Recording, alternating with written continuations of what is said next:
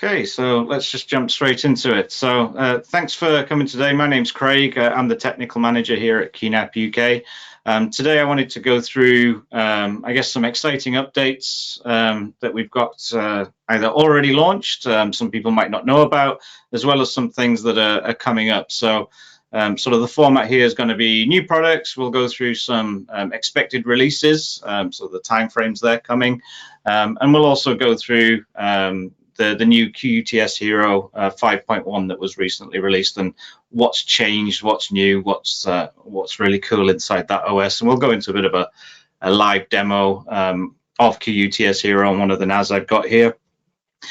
So we'll jump straight into the new products that we've that are already available. So we're going to start off sort of at the high end here. So this would be our 87XU series. So there's a lot of information here. Just because there are some differences depending on the size you go with. I guess the most important difference here is these replaced the X83 series. So everything is a slight bump up in specs. So better CPUs, more cores, more threads, things like that.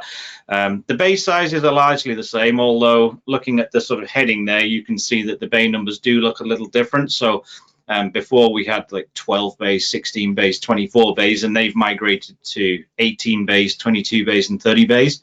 They're still the same NAS that we've always had. Effectively, it's just all we did is add 6 SATA SSD bays on the back. Couple of good reasons for embedding the SSDs in there. So if you're using QuTS Hero, which all of these units can run, it is recommended that you put the system folder or the first volume that you create on some SSDs. So now we've given you a dedicated bay on the back rather than using up one of the larger bays up front that could use a lower cost, high capacity drive. So now you're able to say allocate 1 or 2 of those bays on the back. Or in the case of the one new rack mount at the top picture there in the top of the unit, you can put the system drive on 1 or 2 of those drives. Well, ideally 2, you need at least redundant RAID on it. And you can use whatever bays are left, either 3 in the one new one or 4 on the other one, for another purpose, either a dedicated SSD volume if you've got something that needs higher performance, like a virtual machine, something like that. Or perhaps you want to use an SSD cache. You've got the dedicated bays around the back on the NAS if you need to do that. So I guess the key takeaway here is that the 12 bay effectively became an 18 bay, the 16 bay became a 22 bay, and the 24 bay became a 30 bay, just simply by adding 6 on all of those. The previous series did have a 9 bay, which is effectively our 4 bay 1U rack mount, but it's got the 5 SSDs on the top. Why not 6? Simply just couldn't fit another one in the width. The picture should illustrate that there. You just can't fit another one in the width. So that's why it's got the 5 bays instead of 6 like the rest of them. Because the 9 bay is significantly smaller in physical space, the PCIe lanes that the CPU offers are quite plentiful, but there's really not much we can do to let you use them on such a small chassis in terms of PCIe slots in the back, things like that. So the 9 bay does have PCIe slots in the back, but it doesn't have, say, the quantity that some of the larger units have. So what we've done to use up those PCIe lanes and not let them go to waste is that the drive bays on the top, they're not just SATA bays, the SSD bays, they can also be used with U.2 NVMe as well. So the top unit there, the 9 bay 1U, we have allocated PCIe lanes to each of those drive bays for a direct connection with a U.2 NVMe if you wish to use it, and it's PCIe Gen 4 as well. The rest of the units, the SSD slots, are SATA based. So this is the new X87 series. A lot of stuff's quite similar. Still got 10 gig embedded. Everything like that. Maximum RAM still 128 gig, but the CPUs did get quite a significant bump there in power, so a lot more cores, a lot more threads, so just a much more high performing unit. So that's the full range of options we've got there. We've got 4 in that series.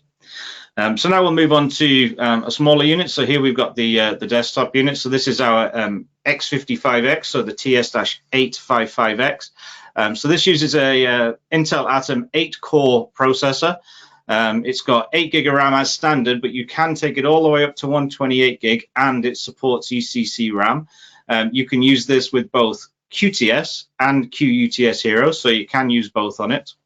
It's got a 10 gig port inside, as well as two 2.5 gigs, M.2 slots internally as well. So if you need to do the SSD caching, anything like that, you've got M.2 slots, as well as the 2 SATA SSD bays there on the front.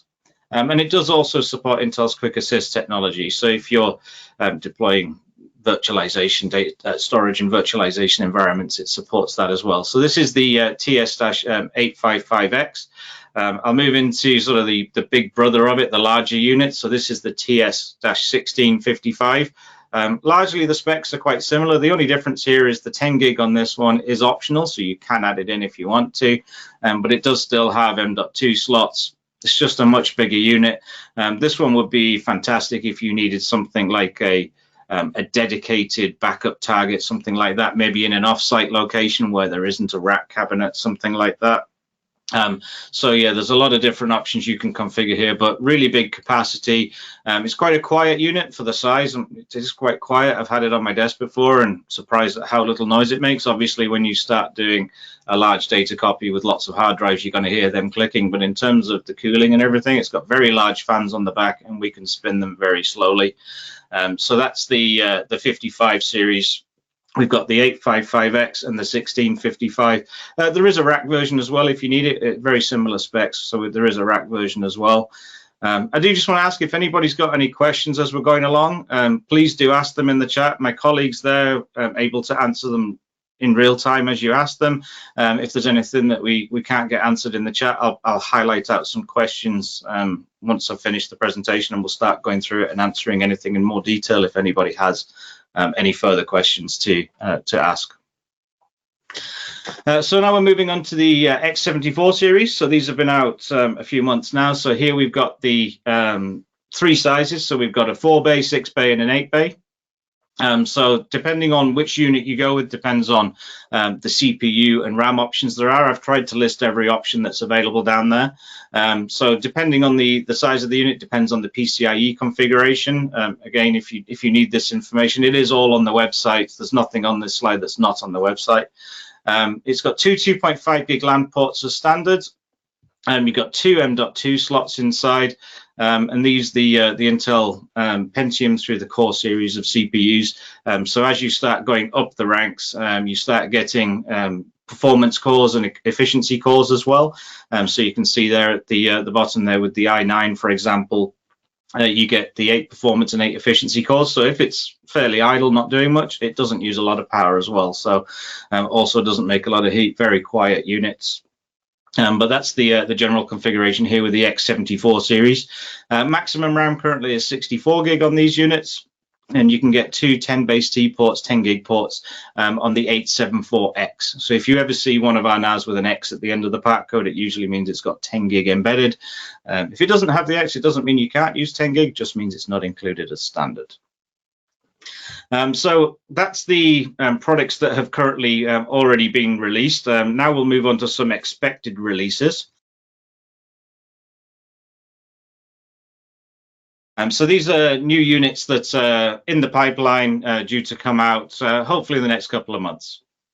So this is very much like the last series we just touched on. The difference here is these are the X74 T series. So anybody that's familiar with our range knows that T in our product line, in our product code, usually means it's got Thunderbolt embedded, which is the same here.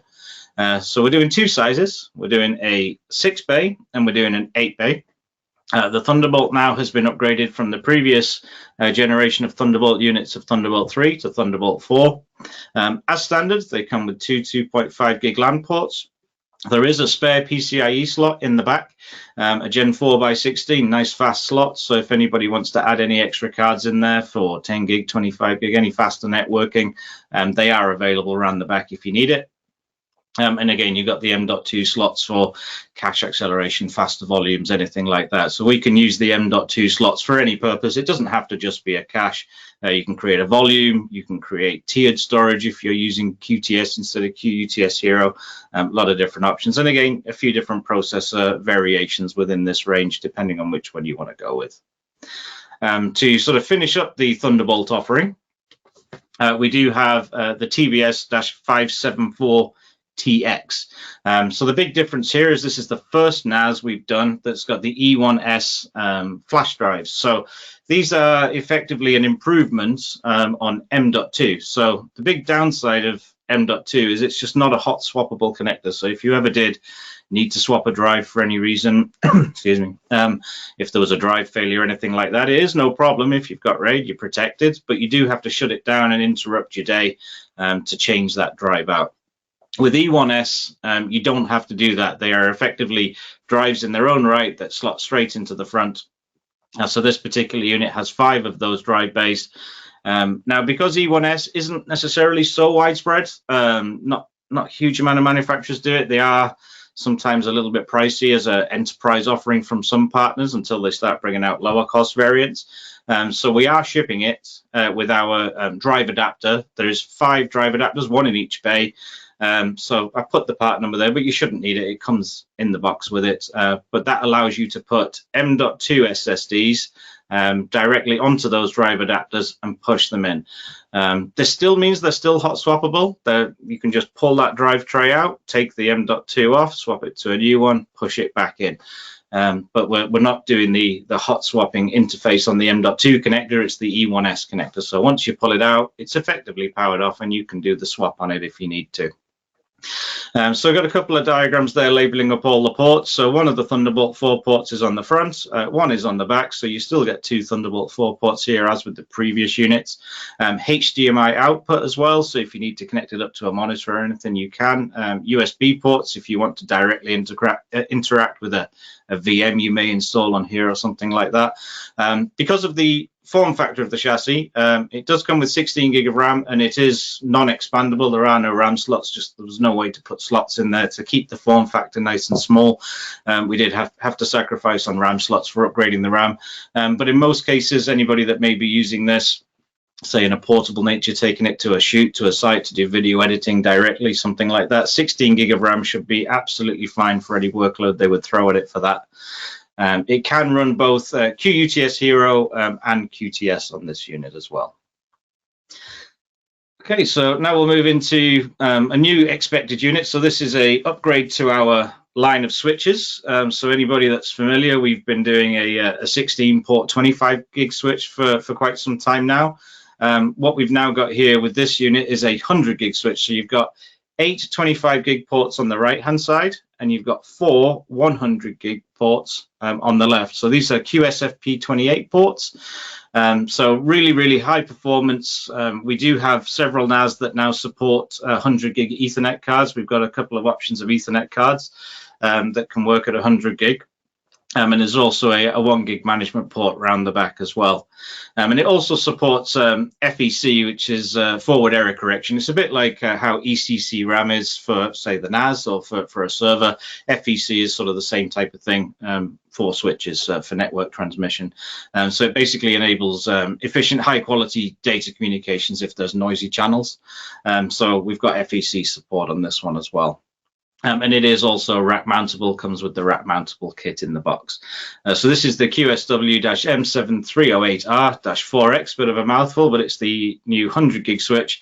And hopefully it should be retailing for less than £1,000, but we'll know next month, hopefully, once it goes on sale, we'll know exactly what the price will be. But it's going to be a really good way to upgrade your networking if you need some extra performance. Here's an accessory that would work really great with that 100 gig switch. So this is our QXG-100G 2SF-CX6. So this is our Mellanox based 100 gig Ethernet card. It's got 2 100 gig ports. It's not shared bandwidth or anything like that. It's 200 gig total throughput, 100 gig per port. It is a Gen 4x16 card, but it is compatible with Gen 3x16. So anybody that has an interface that's a little bit slower than Gen 4, you should still be able to use it as long as it's a times 16 slot. We give all the brackets in there, so low profile brackets pre-installed. We give full height specialized ones for different NAS. So we've got all the different options there. The reason we do that is because it's not just for NAS. It does support a wide variety of operating systems. So you could use this 100 gig card for Windows Server, Linux, things like that. There is a lot of different options there. It does support SRIOV and ISO, so if you need to use it for any offloading or anything like that, we've got full support on that as well. And at the bottom there, I've got the 4 NAS that we've got it listed as working with. So these are our all-flash, all U.2 NVMe NAS. So we've got 4 options there. One of them is a desktop, so the TS-hx87XU-FX, that's a desktop NAS. So if you do have a desktop NAS, you're able to use it with that as well. So if you do need the bandwidth, that switch with this card in a all SSD NAS, you're really going to get a lot of performance out of it. But we do have this card available as well if anybody needs it.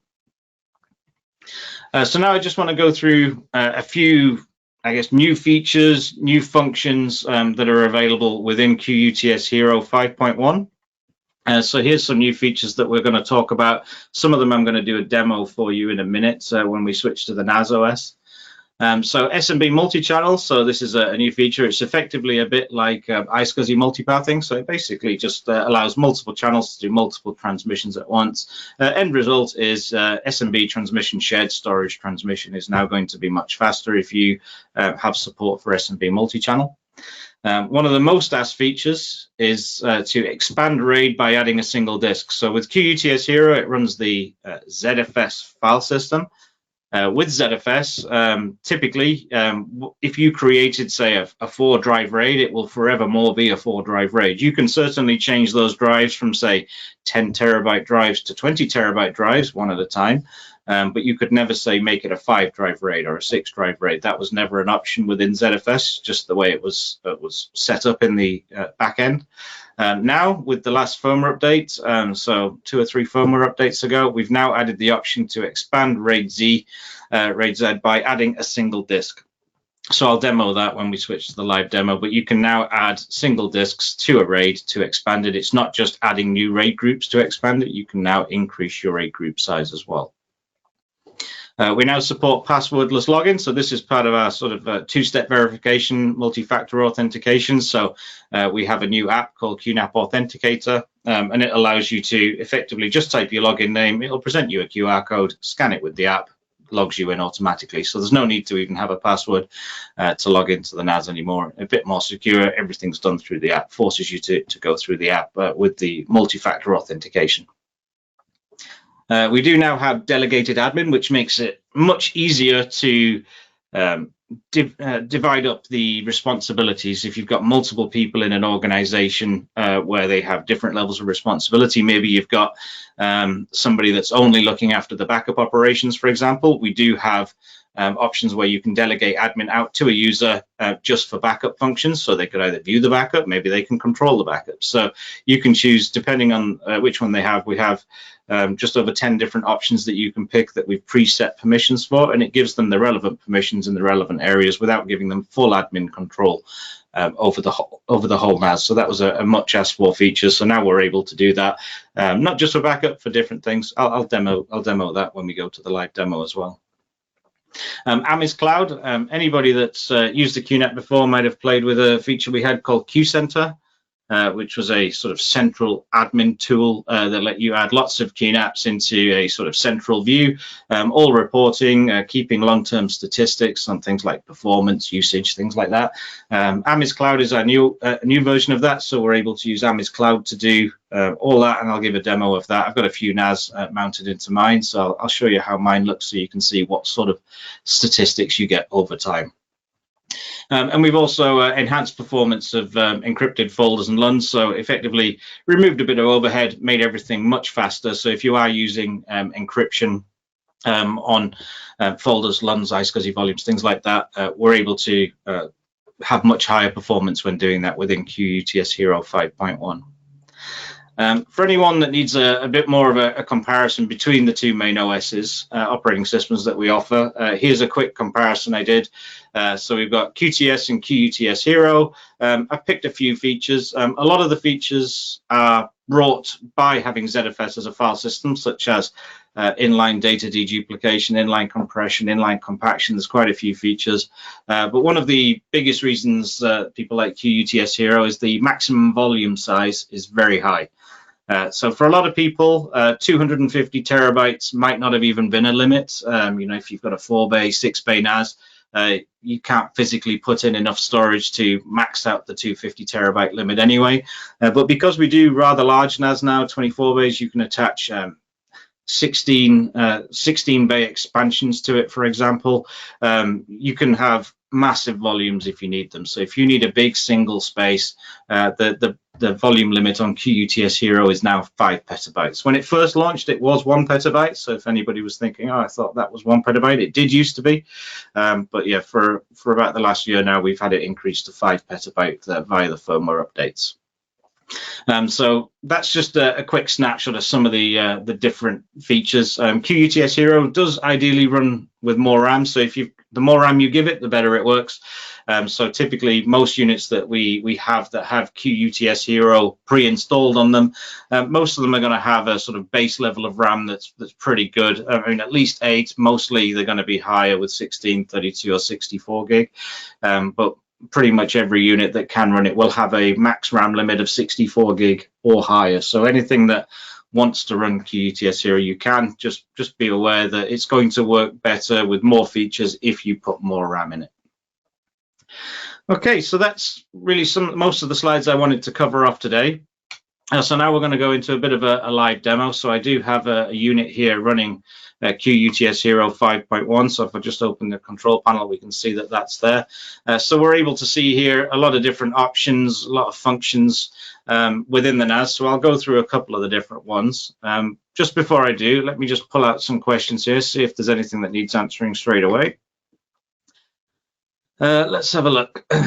Somebody says they're stuck on a bus across Italy and the slides are quite small. Will there be a video to watch after? Yes, we will be uploading this to our YouTube channel. So if anybody wants to see it later, go have a look at the QNAP UK YouTube channel. We will be putting it up there.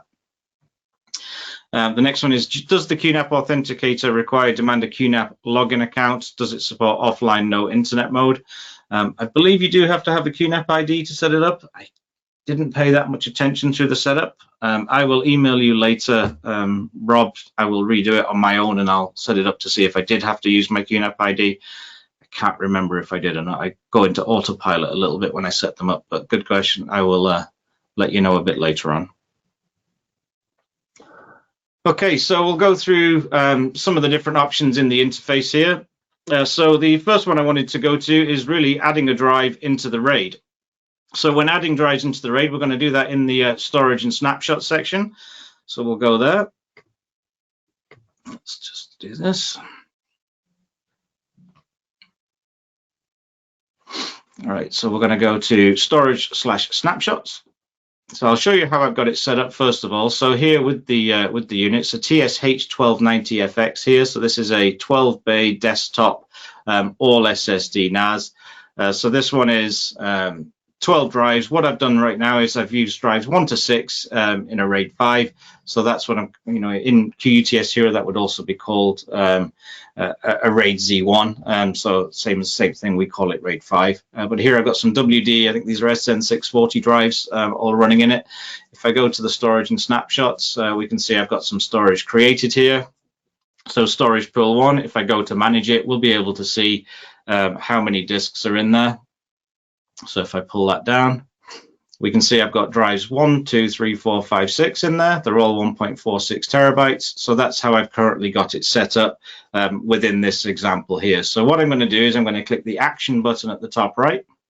I'm going to expand the pool. Now, previously, when you click this, the only option you got was the top option. So if you weren't running QuTS Hero 5.1, you wouldn't have seen this bottom option. Anybody familiar with QuTS would be able to see the bottom option as well. So it's a really good option that we've now added. This gives people a lot more flexibility to change things after the fact. So you can still do create and add a new RAID group, but I'm going to choose the new feature of adding new disks to an existing RAID group. So it's going to ask you to choose a RAID group to add this to. I've only got one, so I'm going to pick RAID group 1. I'm going to click next. And it's going to ask which disks do I want to add. So let's say I just want to add the 1 disk. So I'm going to take 1 disk there, going to click next. It's just confirming that's what I want to do. And I'm going to click expand. Are you sure? Yes. It's just telling you that anything on that disk 7 that I'm adding is going to be erased. So if there was any data on it, this would obviously get rid of any data on that disk. So we can see in the background there it says expanding, finished expanding the storage pool. It takes a couple of seconds for this status screen on the background to update, but we have effectively now expanded the storage by adding an extra disk into the array. So there we go, everything says it's ready. We've got the extra disk. Now we've got 7 disks in the RAID group. Really that simple, really that fast. So live there just happened, nothing was sped up, it just happened absolutely straight away. So now we've got more capacity available in the storage pool at the top. So now if I wanted to, I could expand my volume into that physical space. So that extra space right now was just added to the pool, so my pool now has more upper capacity to use something else with it.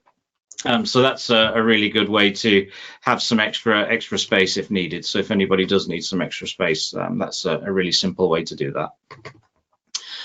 So I've got some extra questions here. When will the TBS-574TX be released? Hopefully October. So we'll know more a bit later on, a bit closer to the time, but yeah, hopefully October. I think it'll probably be toward the end of October, perhaps early November, by the time the shipment arrives and is ready to go out. But yes, hopefully end of October, early November sort of time frame for the TBS-574TX. Okay, so one of the next things I wanted to talk about is delegated admin. So if I was to come in here to the users list, so I'll create a user for my colleague Tam, for example, do a very safe password of QNAP23 just to add him. So we'll do that. So is it going to let me do that, or does it want a character? Let's see. Oh, sorry, type it twice. Click create. I don't think it's liking it. Let me go with something a bit more complex.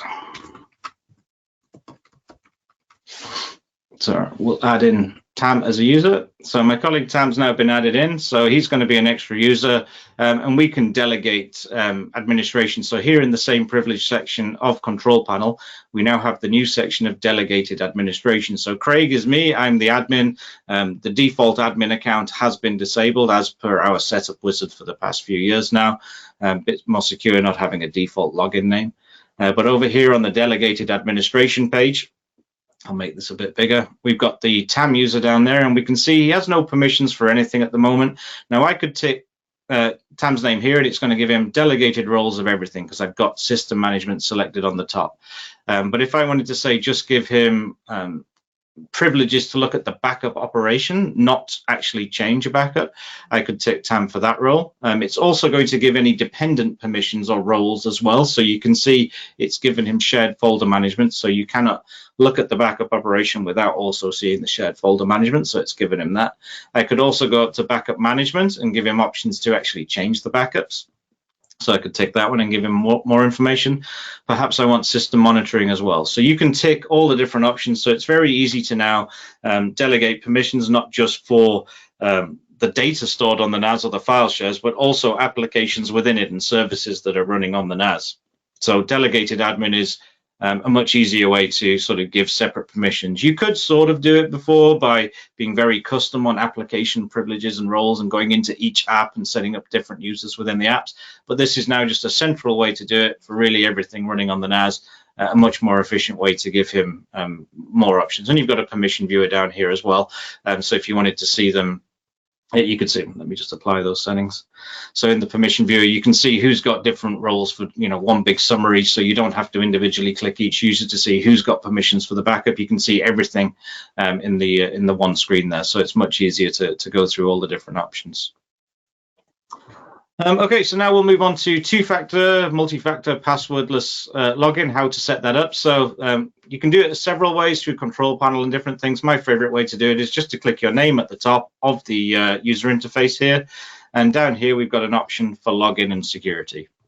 So in here, you've got options to just change your basic password, log you out of all devices that you might be logged into, even if you're logged in with the QNAP Authenticator app, sort of a central place to kick your login out of everything on every device. You've also got two-step verification here, so you can set that up if you want to, and also passwordless login. So if you do want to set it up, it's good to already have the QNAP Authenticator app already installed on your mobile device, whether this is Android or iOS. have it installed on that. Once you've gone through the setup here, it's then going to present you a QR code that you scan with the QNAP Authenticator app, and it's going to log you in. So it's going to set it up, connect it, and then every time you log into the NAS, you'll only be presented with a login screen. You will not get a password prompt box. It will just give you an option to scan the QR code, and then it will log you in automatically, so long as the NAS is online.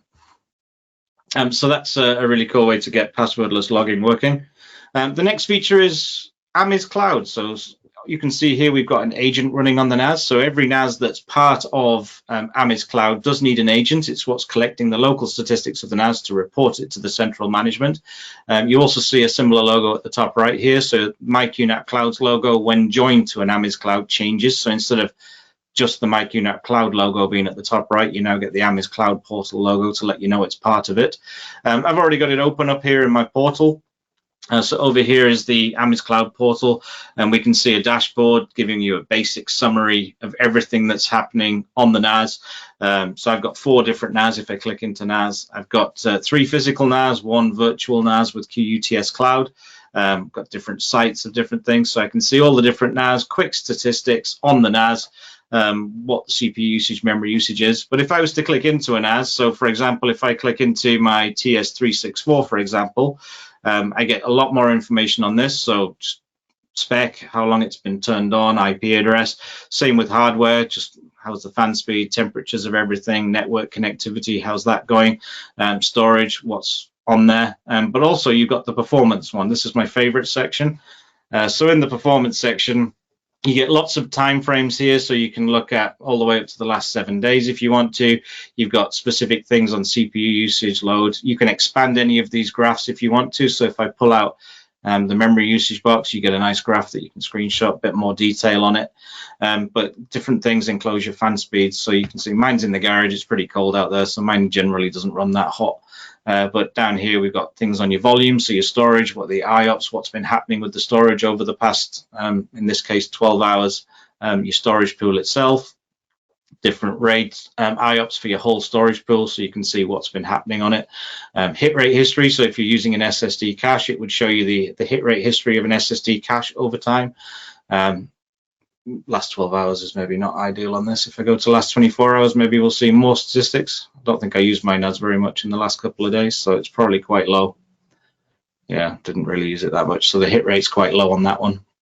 But here, if we go back to the full list of NAS, there are a few actions that you can do on the NAS. So for example, if I wanted the 2 NAS I've got here in sort of my daily use, I can go up here and go to action. I can restart them, shut them down, remove them from the list. So you can do collective tasks on the NAS if you want to as well. So you can do multiple things, install apps, things like that. So we do have device applications where you can manage what applications are installed on each NAS.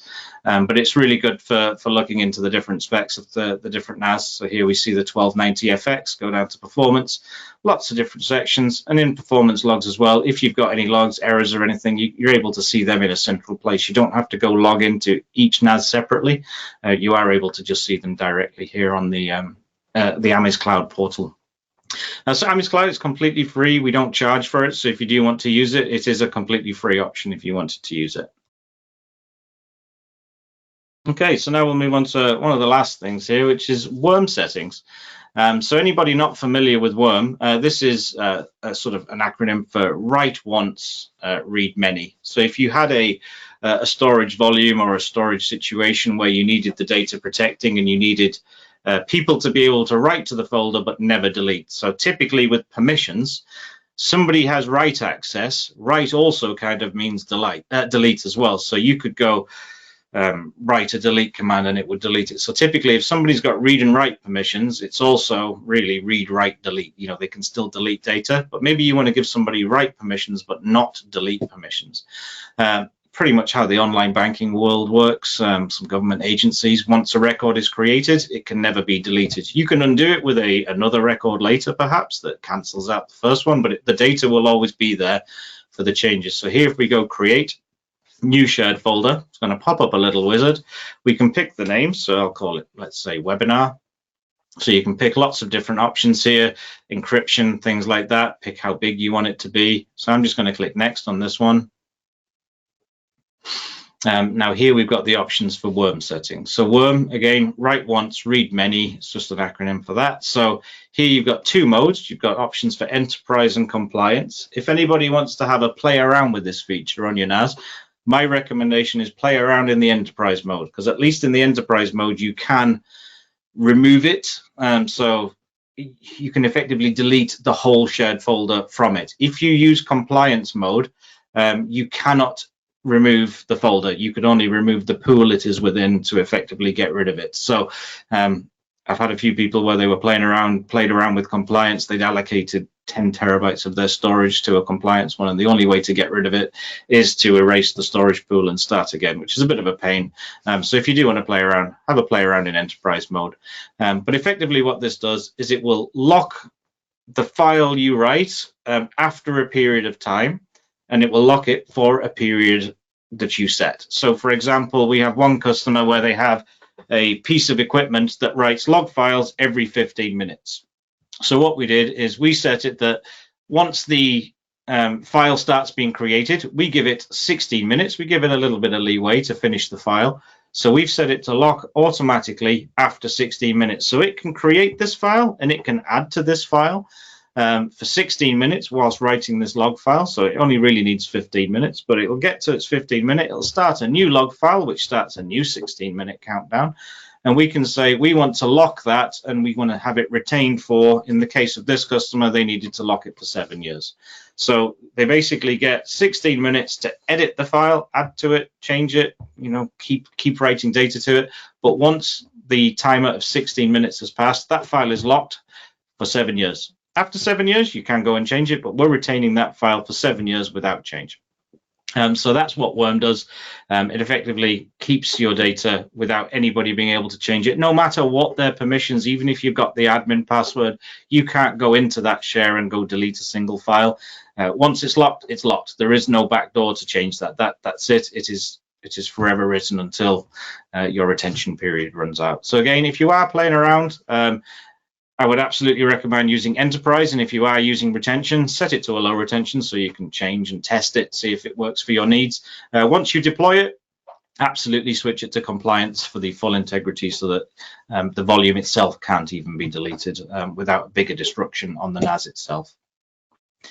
Okay, so if anybody has any questions on Worm, let me know. It is a fairly specialist feature, but we do get it quite a lot on the request, so it allows you to create things for that as well. One thing I do want to show you here is creating a petabyte volume, a 5 petabyte volume. So I'm going to go here. Oh, should I click new volume? So here, new shared folder. I'm going to click start. So I'll use that same webinar feature there. So here in the webinar, it says allocate folder quota, how big we want it to be. So it says here the maximum size will be 5 petabytes. So let's go ahead and do that. So we'll go 5 petabytes. Obviously on a 12-bay all SSD NAS, I don't have 5 petabytes available, but I'm going to set it up here to the 5 petabyte size. I'm going to click next. I'm using thin provisioning, which allows me to do this. I'm not going to set worm or anything here. I'm just going to go next, next, next, next, and finish it. So this is now going to go off and create a 5 petabyte volume. So you can see it in the background. It's pretty much been created, already ready. So here we've got a 5 petabyte volume. We are obviously being warned here. We are quite oversubscribed at 99.8%. Obviously, but it does allow you to create it. So now you can just keep adding physical storage. This NAS can attach 16-bay expansions to it. With 22 terabyte drives, I could easily give the physical capacity to that folder if I wanted to by adding lots and lots of expansions. But that's how you can create 5 petabyte storage volumes. Really, everything that you do in QuTS Hero is pretty quick. Creating new RAIDs, new volumes, it's instant. Anybody that's been using QuTS, or really any other storage product out there, when you create a RAID, the first thing it does is check itself. QuTS Hero doesn't need to, only checks the areas where data is actually written. And when you first create a RAID, you just created it. There is no data, so the RAIDs happen really quick. So here I've got a question here from Razvan. He says, if I have an option for QuTS and QuTS Hero on my QNAP, should I choose QuTS? Is it more future-proof? Good question, and it's sort of an open-ended answer. It really depends on the use case. if you've got a good amount of RAM, there's really no risk to using QuTS Hero. Absolutely, it's really good. A lot of features, a lot of function. It does use more resources as a base OS, so your NAS will consume a bit more resource from its pool of resources, like the CPU, RAM, things like that, to run compared to QuTS. So if you do have a smaller NAS, an older NAS, something with less horsepower. So for example, my personal NAS is a TS-364. It's running QuTS, absolutely works flawlessly, no problem at all. I don't have 250 terabytes of data to worry about the volume limits or anything like that. The max RAM on my NAS is 16 gig. I think if I was running QuTS Hero, I'd probably want at least 32 gig minimum. So for me, I'm very happy with QuTS. It works great for what I need it to do. But QuTS Hero does have a lot more flexibility, especially with larger volumes, potential space savings for data reduction with data deduplication. So if you're running a lot of virtual applications, using it in your organization, I think we have one customer that's a school where they have 120 virtual machines of Windows 10, and it was using lots and lots of terabytes of data on their server. But with data deduplication, I think it's down to a few hundred gigs, because practically every 121 of those Windows 10 VMs they had running, it was installing 110, 120 copies of Windows 10. And they still did the same. It still had 120 copies of Windows 10, but with data deduplication turned on, we really only store the physical data of one of those copies. And every time they update them, the updates, they snowball. If you've got 120 Windows updates rolling out, service packs, things like that, it all adds up. But with data deduplication, it just stores one copy. So in some cases, we can get really good data reduction, up to 90, 95%. But in some cases, if you're, let's say, a creative professional taking photography data, photographs, things like that, you're really not going to see much benefit, because even two pictures taken a millisecond apart from each other are still unique pictures. So there's nothing duplicated there. So it's hard to get a good deduplication rate. So it does depend on the customer, but by all means, my recommendation, if your NAS does support both, before you put any data on it, try both. Install it with QuTS, have a play, see if you like it. Switch it across to QuTS Hero, have a play, see if you like it, decide which one you want, and then put your data on it. The reason I say it that way is you cannot switch from one to the other and keep the data intact. It is a destructive process. The file system is different between QuTS, so it's ext4 to ZFS. There is no way to keep the data intact during the swap. So I do see a question here from Jacka. Sorry if I'm pronouncing that wrong. Is Worm coming to QuTS as well? No, I don't believe we can do it with ext4 as a file system directly. There are roundabout ways to sort of do it a little bit. So for example, if you have a need for object storage, so as an example, if you're using Veeam as a backup for, say, a virtual environment, Veeam does have an immutability feature in there. Immutability, really just another word for worm, so it basically protects the data for a period. We can create object storage in our QUbjects app, which is free, which does have object locking on it, which effectively does the same type of thing. So there are ways to do it, and QUbjects works on both QuTS Hero as well as QuTS, so there is a sort of way to do it there. So somebody else here, I love QuTS Hero and I'm actively moving from QuTS to QuTS Hero for 30 plus QNAPs. Brilliant. Good luck with that, Rob. That sounds like a task, getting all the data off and then putting it back on again. But yes, QuTS Hero is great. As I say, for me, my NAS is a TS-364. I get all my kicks out of playing with new QNAPs, faster QNAPs, sort of in my demo lab. So I've got the 1290FX to play with and use QuTS Hero. But in my day-to-day life of running Plex, backing things up, surveillance, things that my NAS does, I find QuTS absolutely suitable for my needs. QuTS isn't going anywhere. It's still always going to have a place in our lineup. We're not going to end of life it. You absolutely cannot run ZFS as a file system on the smaller NAS, and we do sell a significant number of smaller NAS that people just don't need anything other than backing up for their laptops, a little bit of central storage, sharing photos between them, and you don't need something as powerful as QuTS Hero for that. So QuTS is always going to have a place. It is very efficient on lower spec devices. And as you saw, I'm absolutely comfortable with lower spec devices. I've got an end-of-life TS-230 here, very basic NAS. This is my backup target. I use a TS-230 for backing up. I think when I got this NAS, it was less than £100. It's a very basic NAS, 2 gig of RAM, quad-core ARM-based CPU at only 1.4 gigahertz. Even the basic NAS we've got, very good, very capable, and I'm able to back up everything I've got to the TS-230. So I'm absolutely fine using the smaller, more basic things, but TS-364 is my primary. But absolutely both running QuTS initially for me, but I do have different ways to play with QuTS Hero. If I didn't have other options to play with it, I'd probably want a main NAS with QuTS Hero, just because I'm a bit of a techie nerd that likes playing with different things. Okay, so that's most of the features I wanted to talk about there. One final thing really to share is my QNAP Cloud. We've done an update in the past couple of months where we're now doing our own cloud storage options. So we can see here I've got my QNAP Cloud open here, and we've got the beta version of my QNAP Cloud Storage. Anybody that wants to partake in it, whether you have a QNAP or not, you can all have QuTS cloud storage. Let me scroll to the top here. There's a little slide here. So we will give 16 gigs of free storage to anybody that creates an account. So whether you're using it on a QNAP, through a web browser, not using a QNAP, doesn't matter. Everybody gets 16 gigs of free storage with their account. You can start adding different tariffs to it.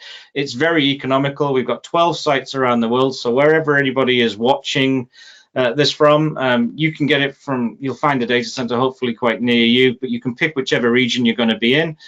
So as we go through the different options here, it's a very reliable service. We're hosting it ourselves, so it's something that we've got. We're able to get it very, very cost efficient. There's a nice comparison. Sorry if I scroll a bit fast here, but I'm scrolling down. So here's the different options we've got where we're comparing to other popular people out there: Amazon S3, Google Cloud, Microsoft Azure. We're very, very low cost, both on the storage cost, but we don't charge for data transmission. So if you're sending data into us, we're storing data from us, we've got no cost. So whether you're transferring in 1 gig a month and transferring out 20 gig a month, or a terabyte in and 2 terabytes out, we don't charge you for the transfer of the data. So it's a really good option, especially good for backing up your QNAP. So if you want to back up your QNAP, you can do that just in the hybrid backup sync application. So we do have a few different applications. There's a few apps still to come, but hybrid backup sync is our main app. You can do backups directly into my QNAP Cloud Storage. We have a new app coming soon, which is Hybrid Backup Center. So sort of managing lots of NAS all backing up into a central cloud storage. So that's coming soon. Keep your eye out for that one. I'm sure we'll do a YouTube video on that one when it does come out. And you're also going to be able to recover to QuTS Cloud. So effectively spin up a VM in the cloud, which is running our QuTS Cloud operating system, which is based off QTS, and you're able to restore your data straight into it. So if your physical NAS does ever have an issue, goes down, is in a location, you know, last night's rain that we had in England, you know, if a site got flooded, for example, and you need to be up and running with staff working remotely, this is going to allow you to restore the data to a cloud NAS that you get running. All your permissions, everything, all's going to work exactly the same. The interface is the same as QTS, so you'd be able to run it directly from that. So this is a new feature coming soon as well. And you can also use our hybrid mount application to mount any data stored in the MyQNAP Cloud to remote NAS in different locations. You can sort of use MyQNAP Cloud as the go-between for syncing multiple NAS together. So it's a really cool way to expand your organization. You know, the way things are going, a lot of people are doing lots of smaller offices in different regions, so this is a great option for that if you want to do that as well. So that was my QNAP Cloud Storage, really low cost. Whether you have a QNAP or not, sign up for the free 16 gigs. It's more than you get with some providers out there, but it's a really good option to back up your NAS with, especially if you do have a QNAP. So we do have a lot of different functions within it, but yes, so I'm using it here, so this is my sort of space. You can log in. I've got syncs and backup functions that you can do there, but it's a really good feature, as well as managing all the different devices that you have. So yeah, you can connect different options. Okay, so I think that was everything I wanted to cover, mainly. So I'll just, one final thing that I'll leave you with is we'll just move straight back. All right, 1 second. Just move straight back to one last point that I wanted to shout about, which is we now have a QNAP UK store that is now open. So if somebody does want to buy direct from QNAP, we do have that available. So just ukstore.qnap.com. So if anybody does want to come there, most of our products are listed up there. You can see everything, stock status. We've currently got a 10% off discount if you subscribe to the newsletter. But this is available. Go check it out. It is fully live. Everything's shipping out from there. We ship from our Swindon office. So if you are Swindon warehouse, sorry, if you are working from the UK, buying in the UK, I understand some people that registered may be outside the UK, but if you are doing it from the UK, we are selling directly now, so everything's available up there. So all the different options and variants, you know, sometimes a supplier may only stock a specific RAM version or something. We should have every option available up on our UK store. So if somebody wants to have a go at looking at that, you can as well.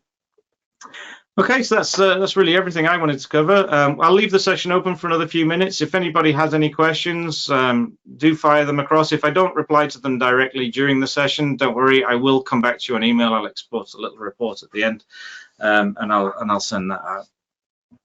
I've got Razvan asking about what about an EU store. I'm not sure. I'll come back to you, Razvan. We look after the UK and Ireland, so I don't know about the rest of mainland Europe. So I'll come back to you on that one. But yes, so I will keep it. I'll probably stay quiet here for a little bit. If anybody has any questions, again, fire them in. If anything's interesting, I think everybody else will benefit from. I will turn my mic off. But thanks a lot for attending. Again, ask away questions, and I'll try and get back to you. Anything I don't, I will come back to you at the end of the session. Thanks a lot. And again, if anybody does want to watch this again, it is going to be on our YouTube channel probably later today or early tomorrow. Thanks a lot.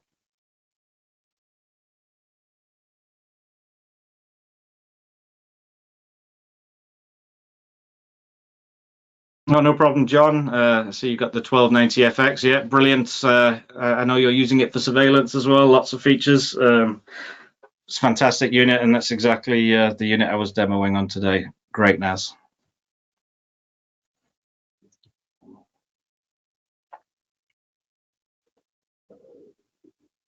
A question from Razvan about downloading the webinar. I'm not sure it'll let you download it from YouTube, but I'm sure there are some plugins or something. We might be able to send you the video across with a link. I'll come back to you on email after the session, Razvan. I got Rick asking if there's going to be a successor to the 1288X and 1688X. On the roadmap, not sure anything's changing soon. It's still a very powerful unit. Really, the only way to go would be, say, beefing up the CPU, but it's really a very beefy CPU to start with. So I'm not sure if it will be changed anytime soon. Again, the 1290FX that I demoed on today is sort of an upgrade from the 1288X or 1688X. It is a monster of a NAS. So if you needed something faster than those, we do have other tower units that are more powerful, but definitely not a replacement for the 1288X or 1688X. Jack is asking, he can't see prices beyond 16 gig free storage. Where should I look? So I think you've got to sign up to the 16 gig storage, and then it should allow you to increase on the account. So you select your region. So let me select the UK, and then you've got whether you want monthly or annual. So let's say annual. There's the 5 terabyte storage on mine. So hopefully that helps, Jacka. You just got to select through the options there of what region, whether you're doing monthly or annual, and then it'll give you the total cost. But I find it incredibly reasonable. I used to use Backblaze B2 for backing up my personal data, but they do charge a transmission fee when you're pulling your data back. Not that I've ever had to, but never had everything fail on me. But yeah, it can get expensive, especially if you're doing a big restore. So I've switched to my QNAP Cloud as my backup choice. I got a question from Emil. Is it possible to remove SATA SSDs from QTIR? Yes. Make sure you're on one of the latest firmware updates. It did not used to be possible, so I understand the question. When we first released QTIR on QTS, it wasn't possible to remove tiers, but yes, if you're on the latest firmwares, QTIR does allow you to remove the SSDs. Let's say you wanted to change them to something better from, say, SATA SSDs to M.2 SSDs or bigger ones. You can do it now and then re-add them to the tier later if you wanted to. But yes, good question, Emil. Question from Rick, when will virtualization station 4 be finished? I will ask the product management team. Feels pretty stable to me. I think they've just left the word beta on it for cautionary reasons, but it feels very stable when I use it. But I will ask them and see what they say. Okay, I think the questions have mostly stopped there. So yeah, if I've missed anything, I will review this after, and I'll come back to the people directly with an email. Again, thanks for attending. Anybody that wants to watch it later, it should be up on YouTube within a couple of days. But thanks a lot for coming, and I'll see you in the next one.